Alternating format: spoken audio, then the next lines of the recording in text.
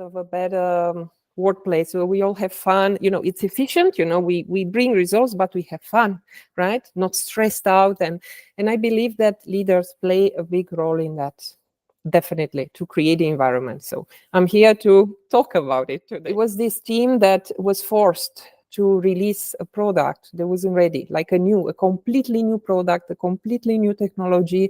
We need to sell it. People are asking, we cannot wait anymore. You have to do it. And after that, it was an absolute disaster because the product was crashing everywhere. All the clients were complaining. The company's reputation started to be affected. And you know what was happening? They came back and screaming at the team that you are not doing your job and you are like absolute disaster. And what do we do? But they continue to push on selling and, to push on this client. But you understand that the estimations are always wrong, or most of the time wrong. So there's no need to estimate like that.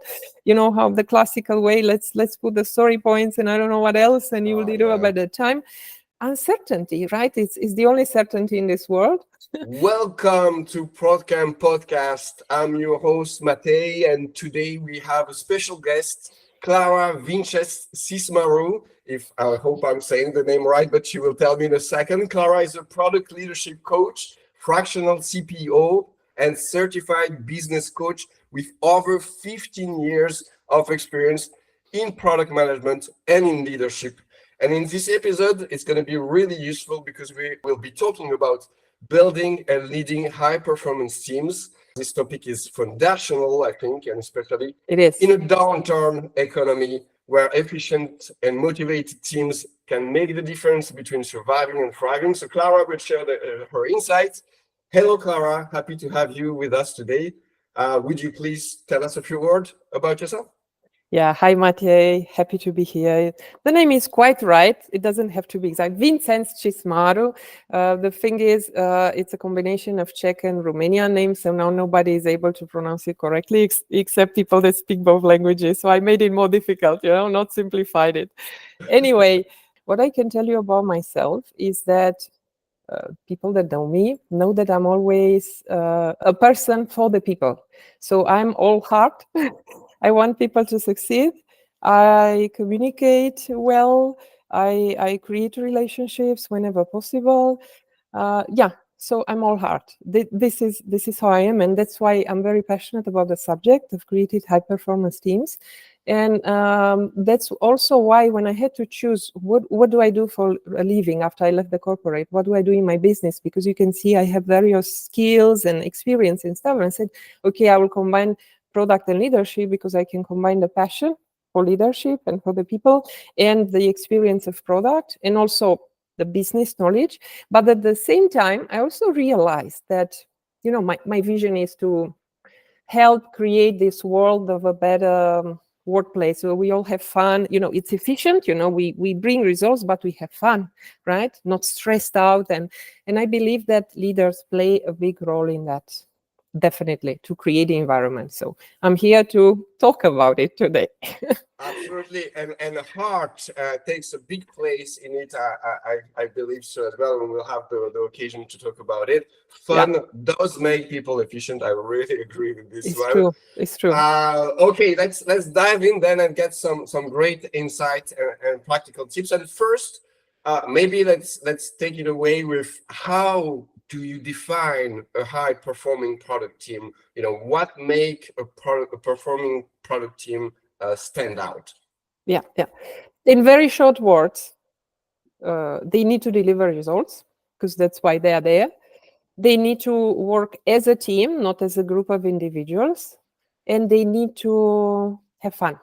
I'm bringing that back because, that's to me a high-performing team, because if you are burned out and bring results, you're not a high-performing team. It's not enough. It's not sustainable. That's the thing. So that's how I define in short words.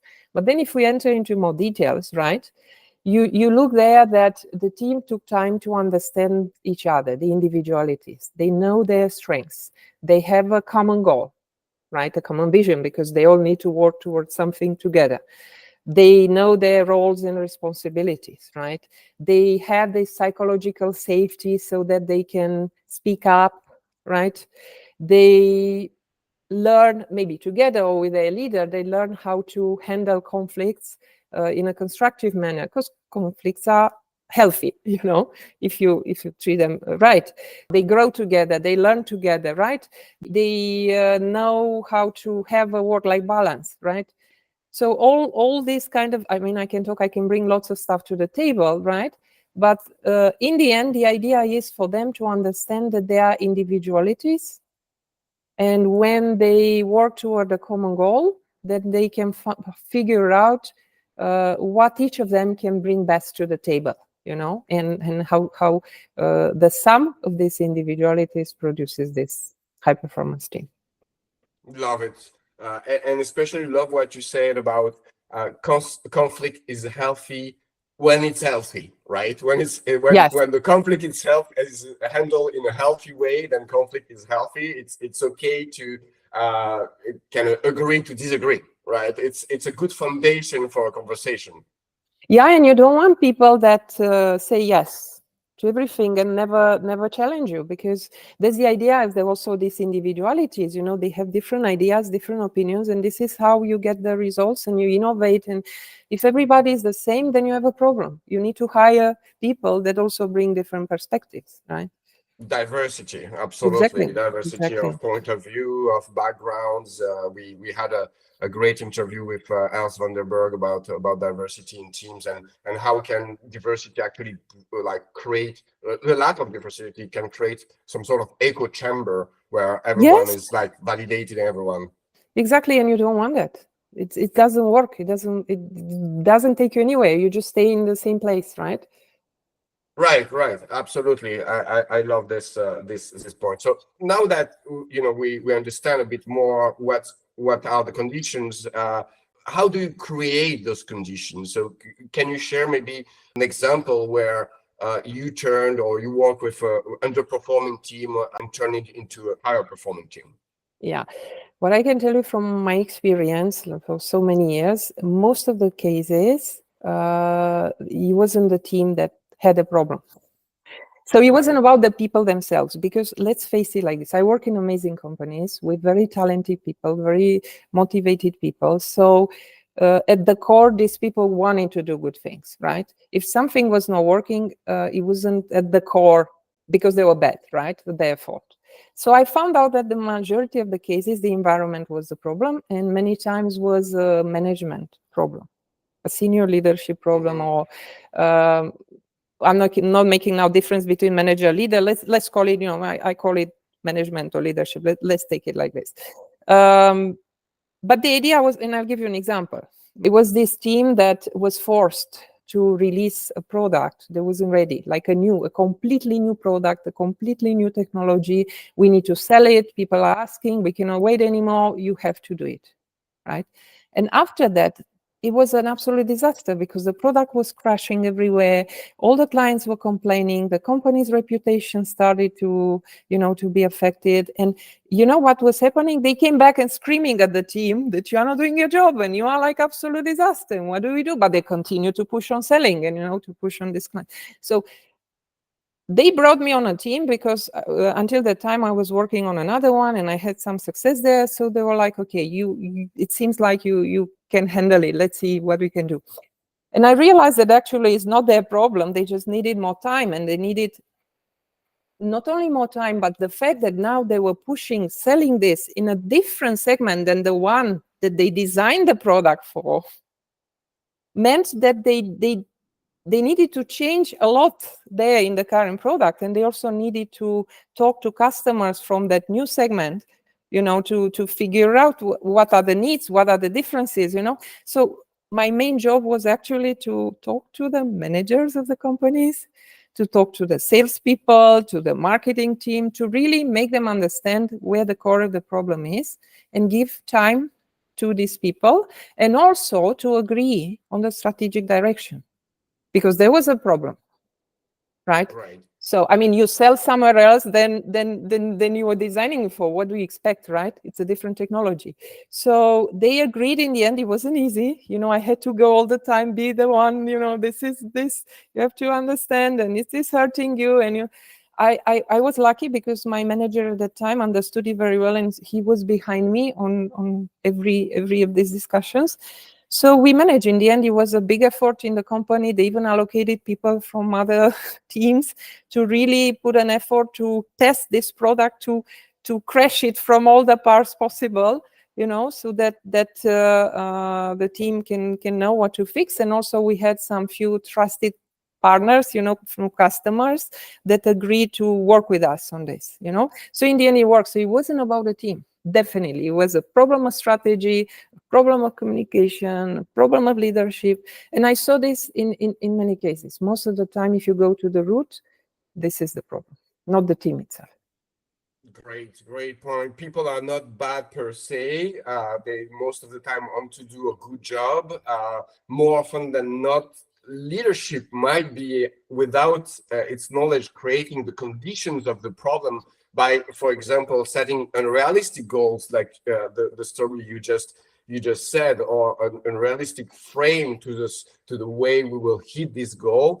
Not giving maybe enough resources as well, and so like driving this boat into the wall before you came in. And I love to say that nobody is a bad guy of his story, right? We are all the hero of our story. So it's just how we understand that and how we all fit into the bigger picture. And I love how you articulated that. So now that we discussed a bit, how to transform and understand the problem and maybe transform the underperforming team.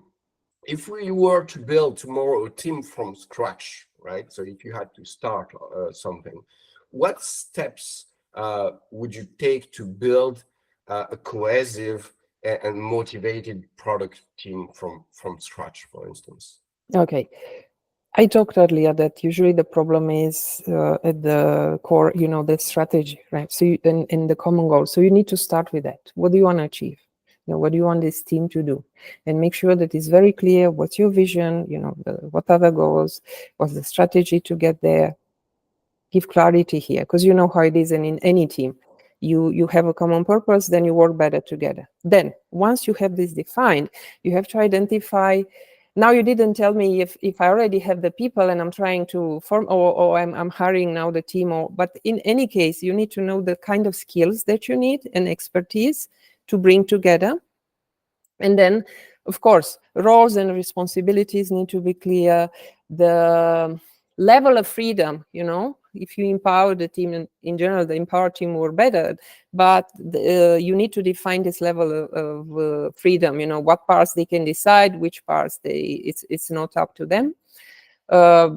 You need, as a leader, to model behavior of create this trust, create this psychological safety environment where people can feel free to talk, to tell their opinions, to be listened. You need to know the individualities, to know even, okay, you identify the skills and you brought some people for the skills, but still there are individualities, right?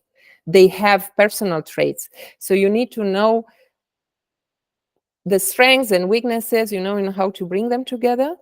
You need very good communication between them. And I mean, there are many, many other things, but maybe the most important, after you build this, you put all these blocks together, you need to learn as a leader to be a coach. And this comprises a lot of things, but definitely to be a coach. And going back to, what we talked, that people at the core, they are good. Then if you believe in them and if you are their coach, then you are able to take this good out of them and, make them use it, right? And be high performant. Love it. A leader should definitely be a people's coach before everything. This is what I'm hearing from most of the leaders I have the luck to talk to. And I also love that you pointing the defining the common direction, of course, but also the level of freedom, of autonomy. I think that goes back a lot to the way we take decisions, and that's so important to give like transparency and understanding to everyone in the company, because that definitely also, as you just said, it creates a space of trust where we understand each other motivations. I really love this one.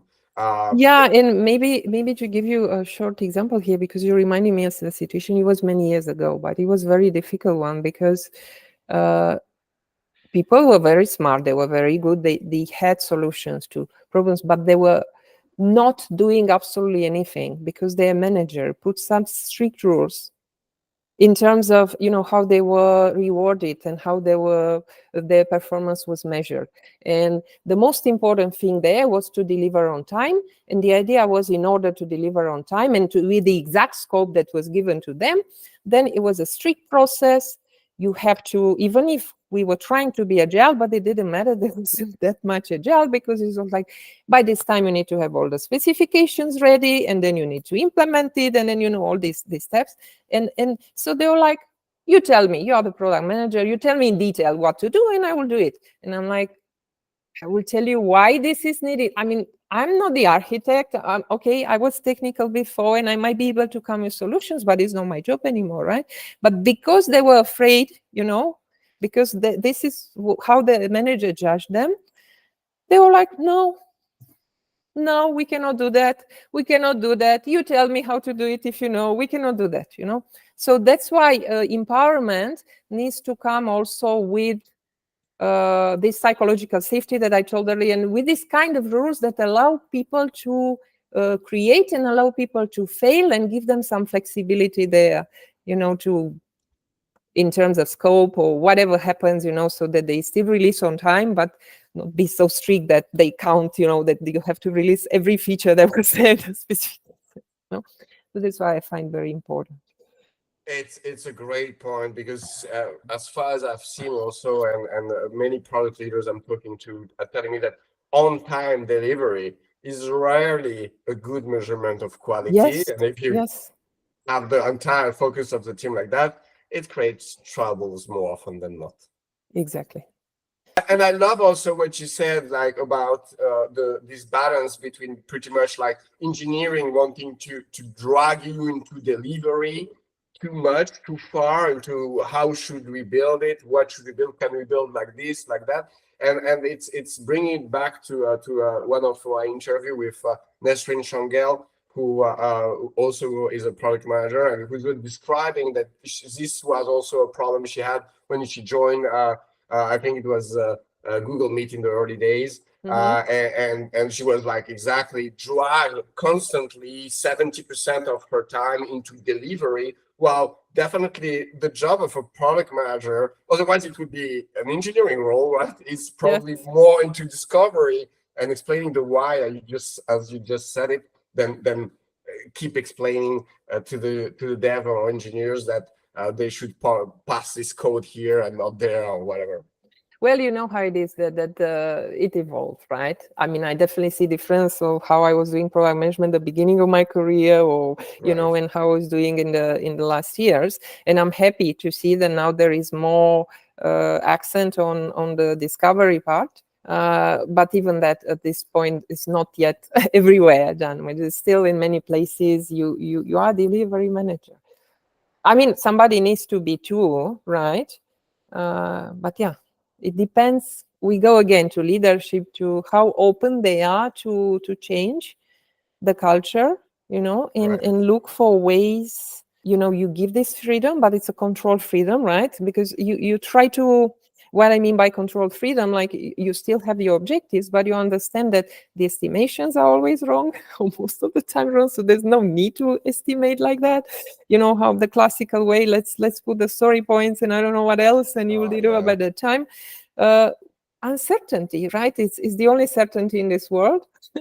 So then, in order to deal with the uncertainty, you need to be able to split it in shorter times and bring more certainty to these shortened times. What experiments can I run so that I am a bit trust more that this thing will work, and then I test it and I see if it works, I continue it. If it does, I'll develop it more. If it doesn't work, I leave it and I try something else, right?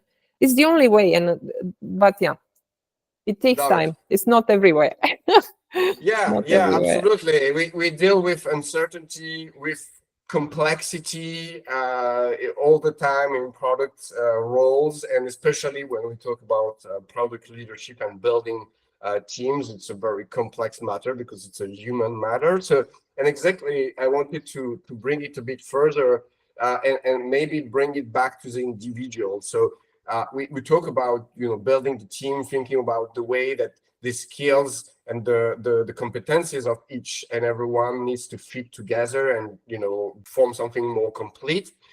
So how, in your experience, have you balanced, exactly maybe fostering individual talents that maybe are better than the other one, that want to grow faster, that have more drive than some others, while also ensuring that the team works well together? Is it something you crossed already as a situation in career? I did. Well, there were times when I was deeply involved. There were times when I observed things, or there were times when I wished to be able to do something different. But what I notice is, yes, people are different, have different interests, and also they're in a different path in their career. Ideally, it would be that every team or every company will define a career path. And not in terms of just very simplistic, but get into a bit more detail so people understand, okay, that's the next step. And if I do this, I can do more, right? It's still not everywhere. And I know it's not an easy thing to do, because I've been working with colleagues and previous company trying to define these things. But yeah, this is the first thing. So they have a baseline. Another thing is, once you get to know them, you know when somebody can do more, so then you can give them more responsibilities. It's also the part where, for example, for those that are interested in leadership, actually your job as a leader is, yes, first, you take care of your people, but then you need to grow leaders, which means you start to give to people even things from your own job. It doesn't mean that they will, you will do nothing, but by letting them do things that are outside of their current role, then they can learn new things, right? Then you can observe there are people, if they want to stay individual contributors, for example, somebody is very technical, is very happy to code there by himself or whatever. Maybe you, to this person, you give something very difficult. You see other people that are more collaborative, maybe put them together with other people, to talk to each other, when to pair or to talk to each other in order to do something. So it's all about, in the end, because it can take ages discussing this, and you know how it is. Speaking of uncertainty, in this case, not uncertainty, but it's not like math, it's a clear formula.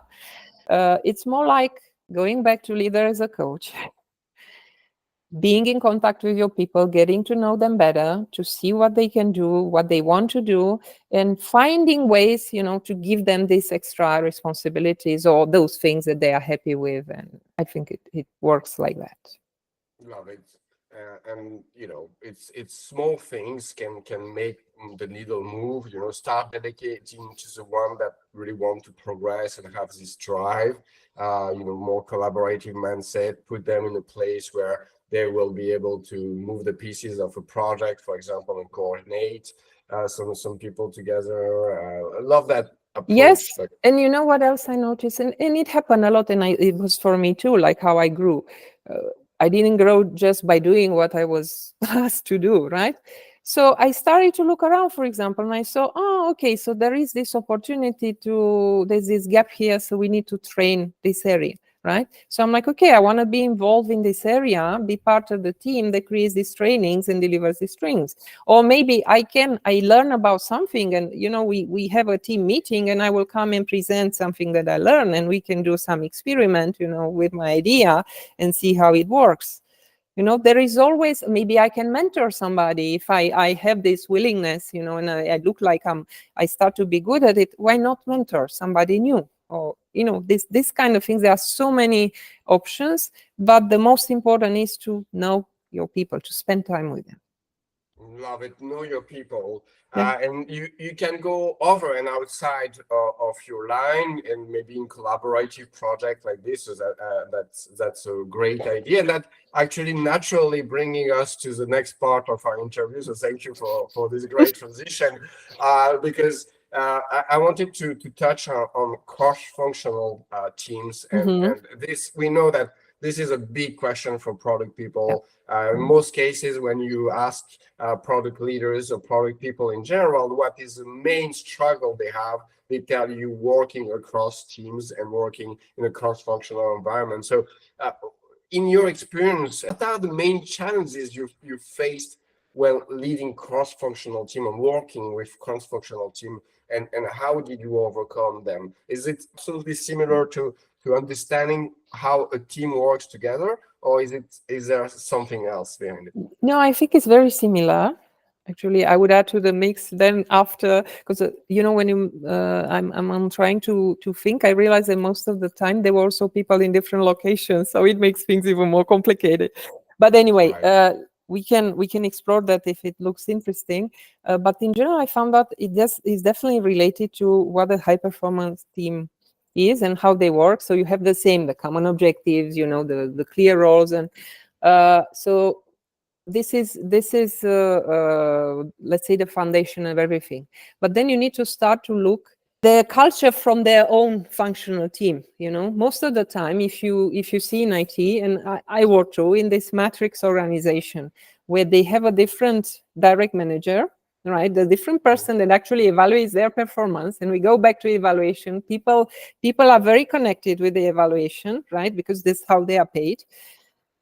And then they are assigned to you, right? So you work with people from various teams, and you have to make them work together, while at the same time you have to deal with the rules from their teams, with the fears from their teams, with whatever is there. So I found out that it's very important to understand those rules, so that you understand how you can work with them, so that they can get their good evaluation, but at the same time they can be part of this team. And many times it's also about you, if you are the good level, hierarchical level, if you're able to influence their manager to understand this. And I'll give you an example of a very difficult situation for me, and I was also quite new to the team. I had the engineering team was pretty old-fashioned, more like waterfall way, while the UX team, UX guys are usually the first ones that have the most shiny technologies and processes and whatever. So they are extremely agile, but I'm talking about extremely agile in a way that they were so creative that by the time they came up with the ideas, what we can have in the big release, I have to admit, it was already quite late. Even for any agility, it was quite late, but it was good stuff. It took them longer to do the user interviews and whatever design, but it was a big problem, right? So now I went to the engineers, but actually it was about the engineer manager. Look, we have this good stuff. I understand that it's late, but let's make it here, because I think we can do something. We still have time. It's about willingness. It was a big scandal. These people haven't learned how things are working but it was all dumped on me, because I was the messenger. And I felt like, okay, it's my job to be there. It wasn't easy for me either, very stressful, but in the end we managed to do it, right? So it was there, and everybody was proud after. It was a great success. So that's why I think it's about leadership too, about influencing their functional managers. Absolutely. I love that you started by saying we need to have all common objectives, but exactly as you said in your example, more often than not, we also have different main priorities from one team to another, and we are evaluated in different ways, and we are expected to deliver something, and that doesn't necessarily always directly fit in the common objective that we fixed. So how to play with that and influence the management also, and maybe like present it in a way that everyone understand that the why also behind the different ways of evaluating everyone, and why we are evaluating in such a way and why not in another. And again, another example of timing in time delivery is not maybe always meaning quality, but when you bring quality, it's always good stuff, and it's good at the end for the project when everyone find a bit of flexibility to move together. Exactly. And I mean, definitely was time then, but it was more like a big too late, right? It felt for them too late, why you bring this here, but in the end was fine. And don't understand now that I'm like, wow, this, you put me somewhere and all of a sudden I touch everything becomes gold and everything was. I had my fair share of failures many times, but with these failures, I understood what makes things work. Absolutely, absolutely. This is the best way of learning. I really believe so. And so earlier you were telling about also working with people from not only different backgrounds, not only from different departments, but also in different places. And that's interesting. So maybe let's explore that a bit. And how have you worked with? How do you make sure that team members from different backgrounds? We said it. Different places, different locations, communicate and collaborate effectively. Any tools, maybe methods, practical advice you can share with us? I think here it needs to be very clear, like similar to what you do in marketing. Whenever you launch something, you have a communication plan, right? Right. Very detailed. Now, it doesn't mean that here you need to have lots of things, but definitely you need to have points of official points of communication. Okay, they talk to each other, but still. And I'm not talking only about this, people, they work with Scrum, these agile ceremonies, which are really good, actually. You have these points, but you really need to see, okay, when do I need a weekly meeting? What do I do daily? When do I need, I don't know, monthly meeting? When do we need to gather together to ideate? When do we need to discuss a postmortem stuff? Like lots kind of things that you, one-on-ones, when you put them together, right? And then, I found out, at least for me, I had maybe the most recent example, an amazing team. They were absolutely top performers. I felt like it was a pleasure to work with them. All I needed to do just to come with, okay, why we need to do this, and they will deliver, even when I didn't believe that they can. But what I found important is like every week at the beginning of the week, we were discussing the week ahead, right? Just to be clear for everyone. And always I would bring back the why. And I showed everybody from the strategy, this is the part that we need to deliver, in the next period, this month.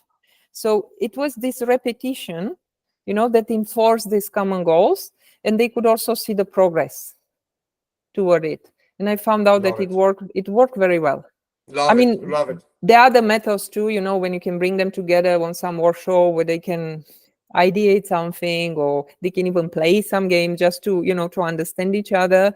But yeah, I think repeating all the time what is the goal and make it visible somewhere. I also liked with the tools that we are using at the time, we didn't have amazing tool, like we were not using specific product management tool to make my life easier. But I was like, okay, we use Jira. At least I made the rule.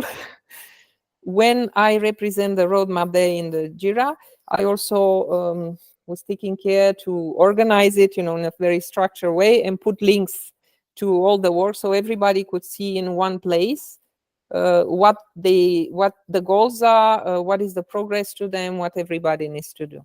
Communication plan, good And reason, visualization, right?